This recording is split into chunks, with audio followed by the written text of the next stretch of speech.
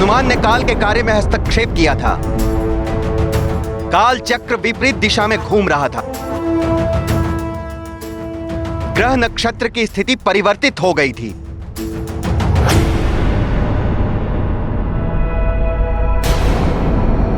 कालदेव, जिन ग्रह नक्षत्रों की स्थिति प्रभावित हुई थी उन्हें मैंने यथावत कर दिया है। उनकी स्थिति को ठीक करके तुम क्षमा के पात्र नहीं हो जाते हो हनुमान।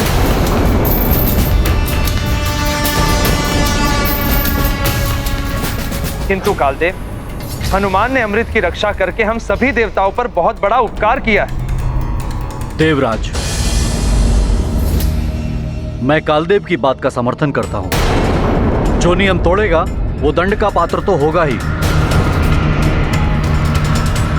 और यदि नियम का पालन नहीं करना है तो नियम बनाने की आवश्यकता क्या है?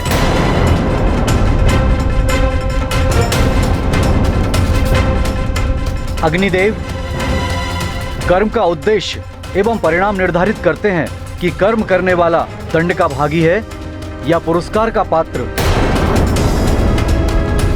और हनुमान के कर्म का उद्देश्य एवं परिणाम दोनों ही सृष्टि के हित के लिए थे। कारण कुछ भी हो,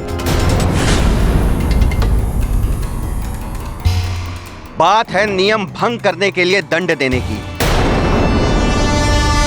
मात्र ग्रहों की स्थिति बदलने के लिए आप हनुमान को दंड का भागी बना रहे हैं। यदि समस्त ग्रह काल चक्र में समा जाते तो क्या होता? इसीलिए उचित ये रहेगा कालदेव कि आप हनुमान को क्षमा कर दें। आप गृह अध्यक्ष होकर ऐसा कैसे कह सकते हैं? राजा हो या अध्यक्ष, अगर वो नियम का पालन कठोरता से नहीं करा सकता है तो उसे अध्यक्ष बने रहने का कोई अधिकार नहीं। अग्निदेव, कर्तव्यों और अधिकारों के बारे में आप मुझे ना ही समझाएं तो उचित होगा। ये क्या हो रहा है? इनमें तो आपस में ही विवाद बढ़ने लगा। अग्निदेव, कालदेव, यदि अमृत असुरों के हाथ आ जाता तो हम सब देवता असुरों के द्वारा बंदी बन जाते। हनुमान ने तो अमृत की रक्षा की है और आप उसको पुरस्कार देने के स्थान पर उसे दंडित करने की बात कर रहे हैं। हनुमान के अच्छे कार्य के लिए तो मैंने उन्हें आशीर्वाद दिया है पिताश्री चंद्रदेव, किंतु नियम भंग का दोष तो नहीं हट जाता उनके कार्य से। पुत्र बुद्ध, सत्कर्म से अर्जित किए हुए पुण्य पापों को क्षय कर देते हैं, तो अच्छे कर्म दोष का निवारण क्यों नहीं कर सकते? चंद्रदेव सत्य कह रहे हैं। हनुमान दंड का पात्र नहीं है।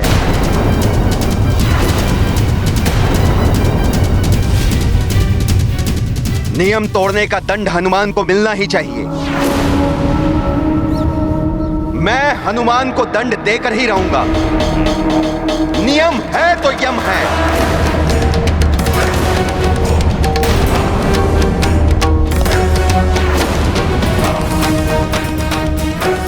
मेरी एक छोटी सी भूल इतने बड़े विवाद का रूप ले लेगी, ऐसी तो मैंने कल्पना भी नहीं की थी। कहीं इनमें देव संग्राम न छिड़ जाए। हनुमान को कोई दंड नहीं देगा। यदि उसे दंड देने की कोई चेष्टा भी करेगा तो उसे मेरे साथ युद्ध करना होगा। पिताश्री, हनुमान को नियम तोड़ने का दंड मैं अवश्य दूंगा।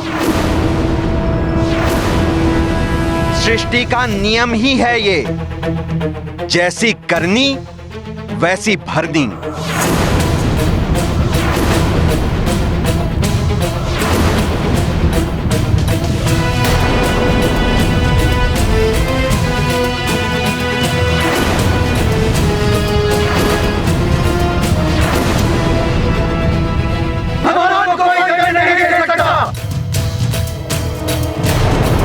यदि इसके लिए मुझे अपने पुत्रों के विरुद्ध शस्त्र भी उठाने पड़े तो मैं पीछे नहीं हटूंगा। हाँ हाँ, हम पीछे नहीं हटेंगे। मेरे कारण देवताओं में युद्ध छिड़ जाए ये उचित नहीं है। मैं ऐसा नहीं होने दूंगा। हनुमान को नियम तोड़ने का दंड अवश्य मिलेगा। यदि उसे दंडित होने से बचाने के लिए मुझे आपके विरुद्ध भी शस्त्र उठाने पड़े तो मैं शस्त्र उठाऊंगा पिताश्री। हम शस्त्र उठाएंगे।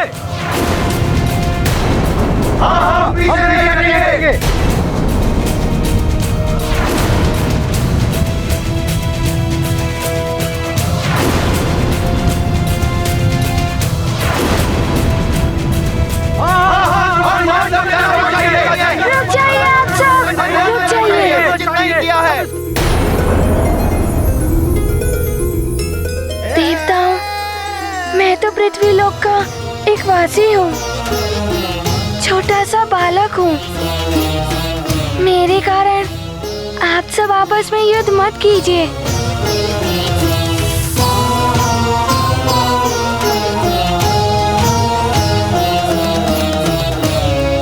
कालदेव, मैंने अपने पुत्र धर्म का पालन किया है। मुझे मात्र मेरी माँ का वचन पूर्ण करना था। तो तुम अपनी माँ का वचन निभाने के लिए हम देवताओं के भी नियम तोड़ दोगे? क्या तुम्हारी माँ हम देवताओं से भी बड़ी हो गई है क्या? हाँ कालदेव, एक पुत्र के लिए उसकी माँ का आंचल उसका संसार होता है। उससे बड़ा कोई नहीं होता कालदेव।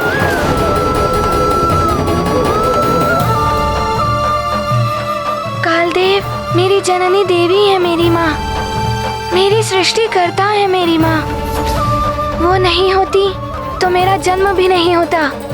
मेरी माँ से बड़ा कोई देवता नहीं, कोई देवता नहीं, कोई देवता नहीं। सत्य है हनुमान, माँ ही तो सृष्टि करता होती है। माँ ना हो तो जगत ना हो। पुत्र हो तो हनुमान जैसा, जो माँ की महानता को समझता है। अपनी माता के चरणों की सेवा करने वाला पुत्र मोक्ष का अधिकारी होता है हनुमान। मातृभक्ति का अनुपम उदाहरण हो तुम। माँ विधाता की सबसे सुंदर रचना है। माँ संतान को जन्म देने वाली, सृष्टि के सृजन की सबसे बड़ी सूत्रधार है माँ। उसका आंचल संतान के लिए स्वर्ग से भी अधिक सुखदायी होता है, जिसमें पलकर ही संतान संसार को देखने और समझने योग्य बनती है। यदि मां ना हो तो संतान ना हो, ये संसार ना हो। जिस प्रकार गजानन गणेश ने गौरी शंकर को सर्वोच्च स्थान दिया था, उसी प्रकार हनुमान ने भी मां को सर्वोच्च स्थान दिया है। माता पिता की सेवा ईश्वर की सेवा है। जो ऐसा करता है उसे किसी भी तीर्थ या दान पुण्य की आवश्यकता नहीं होती, वो मोक्ष का अधिकारी हो जाता है। कालदेव, मेरी माँ ने मुझे सीख दी थी कि माता पिता से बड़ा संसार होता है। इसीलिए मैं संसार की रक्षा करने हेतु जो कुछ भी कर पाया वो मैंने किया। और उसी मध्य मुझसे कोई भूल हुई हो तो मुझे दंड स्वीकार है।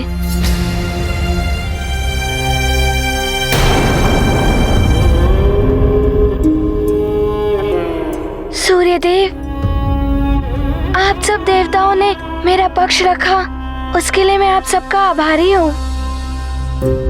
किंतु मैं जानता हूँ यदि मेरी माँ को ज्ञात हो गया कि उनके पुत्र के कारण समस्त देवताओं में युद्ध छिड़ गया है तो उन्हें बहुत दुख होगा, और उनके दुख से बड़ा दंड मेरे लिए और कुछ नहीं होगा।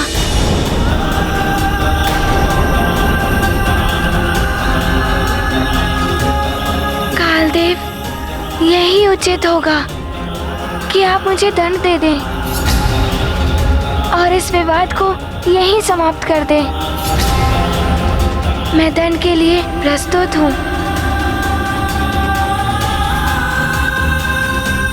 हाँ हनुमान, काल सभी का भविष्य गुप्त रखता है।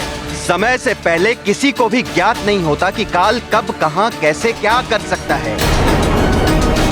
तुम्हारा दंड भी तुम्हें तभी ज्ञात होगा जब तुम्हारा दंड पूर्ण होगा। अब जाओ और अपने दंड पूर्ण होने की प्रतीक्षा करो। जैसी आपकी इच्छा कालदेव, मुझे आज्ञा दें। मेरी माँ व्याकुलता से मेरी प्रतीक्षा कर रही होंगी। प्रणाम कालदेव। प्रणाम देवगणों।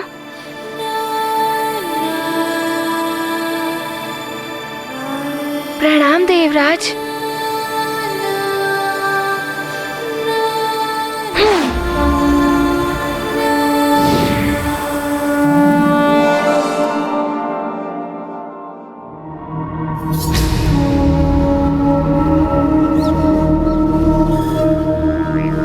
मुझे भी आज्ञा दीजिए। प्रणाम।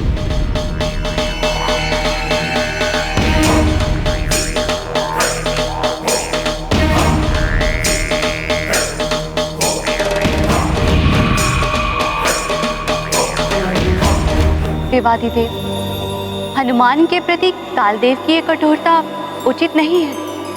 देवेश्वरी, धूप जहां पातिक के लिए असहाय होती है, वहीं संसार के लिए जीवनदायिनी शक्ति होती है। वृक्ष की छाया पथिक को सुखद प्रतीत होती है, वही छाया वृक्ष के नीचे उगने वाले पौधों के विकास के लिए बाधक होती है। अतः उचित अनुचित का दृष्टिकोण सबका भिन्न भिन्न होता है। वायुदेव के हृदय में हनुमान के प्रति पितृभाव, सूर्यदेव, चंद्रदेव हनुमान के कार्य को जगत कल्याण से जोड़कर देख रहे हैं, तो दूसरी ओर शनिदेव, कालदेव नियमों के पालन को प्रमुखता देते हैं। तो कुछ ऐसे भी हैं जो उचित अनुचित का निर्णय अपने अहंकार से करते हैं और अपने निर्णय को ही सर्वोपरि समझते हैं।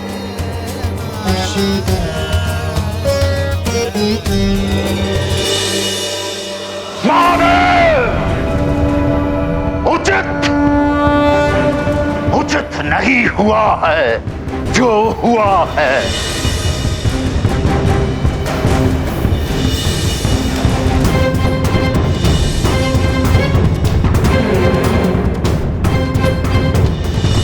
तुमने जो पिया है वो अमृत नहीं, चंद्रलोक का जल है, साधारण चंद्र जल। हरी सभा में संसार के समस्त असुरों के सामने अपमान किया गया। आपके परम ज्ञानी रावण का अपमान किया गया। और क्यों हुआ यह अपमान? इस अपमान का कारण है वो जिसे आपने अपने शीश पर बैठा रखा है। कपटी चंद्रदेव ने छला है मुझे।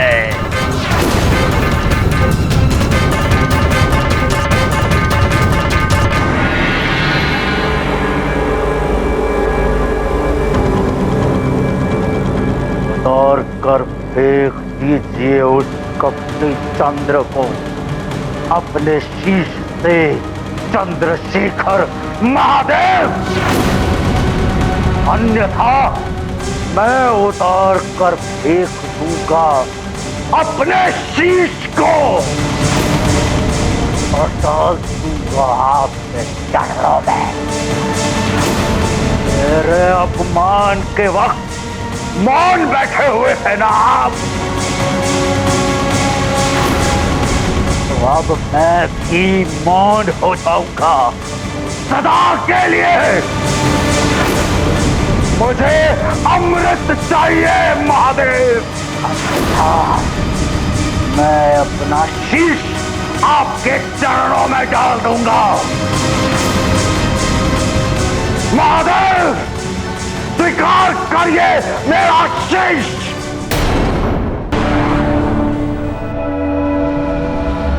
समय से पहले किसी को भी ज्ञात नहीं होता कि काल कब, कहां, कैसे, क्या कर सकता है। तुम्हारा दंड भी तुम्हें तभी ज्ञात होगा जब तुम्हारा दंड पूर्ण होगा। अब जाओ और अपने दंड पूर्ण होने की प्रतीक्षा करो। अच्छा होता कालदेव दंड के विषय में बता देते, ना जाने क्या दंड देंगे वो, किस रूप में देंगे। भवन के द्वार पर कोई है, कुछ देखा सा प्रतीत हो रहा है ये।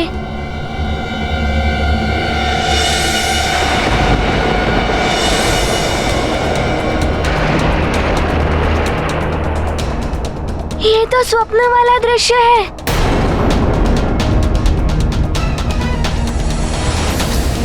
सैनिक, ये कार्य अति आवश्यक है, शीघ्र हो जाना चाहिए। कहीं ये पिताश्री तो नहीं?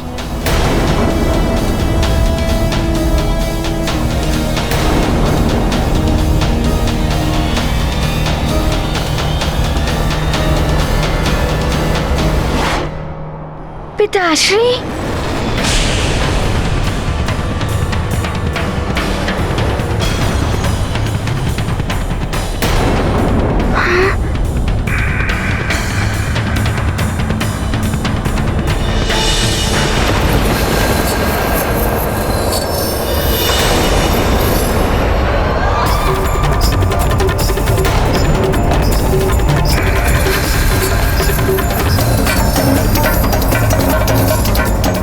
छाया स्वप्न में जो देखा था वो तो सत्य हो रहा है।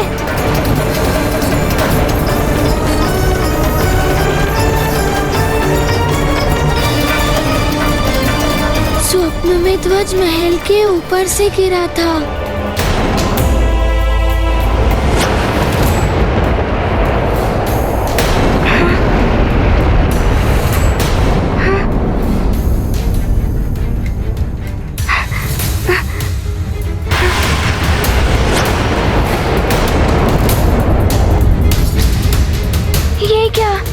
ये ध्वज कहीं मेरे पिताश्री के ऊपर गिर गया तो?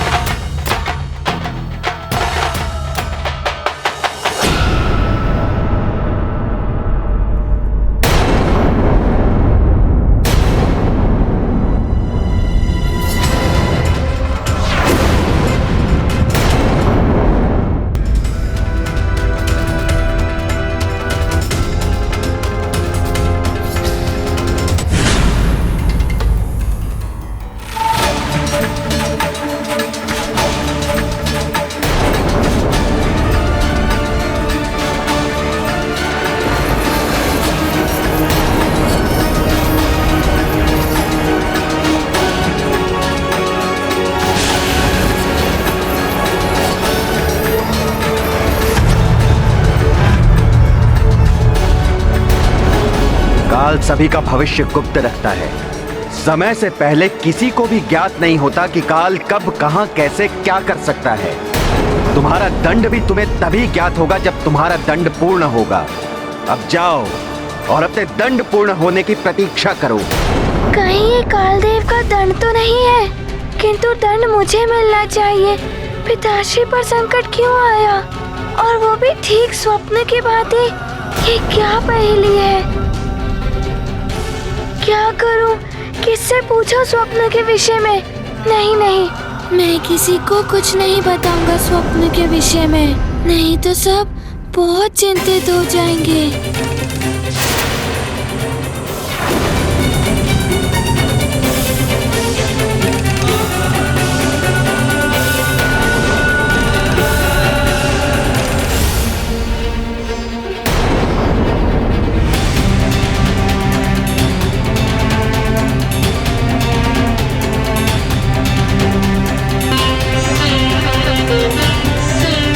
क्या हुआ पुत्र?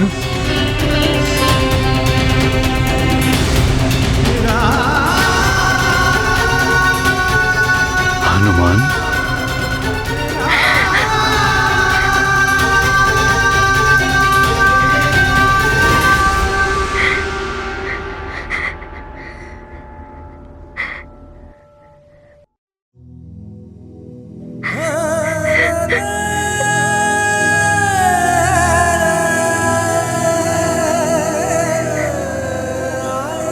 ये क्या? मेरा पुत्र हनुमान रो रहा है। कितने असुरों को परास्त करने वाला हनुमान, सारी सृष्टि के संकट हरने वाला हनुमान रो रहा है।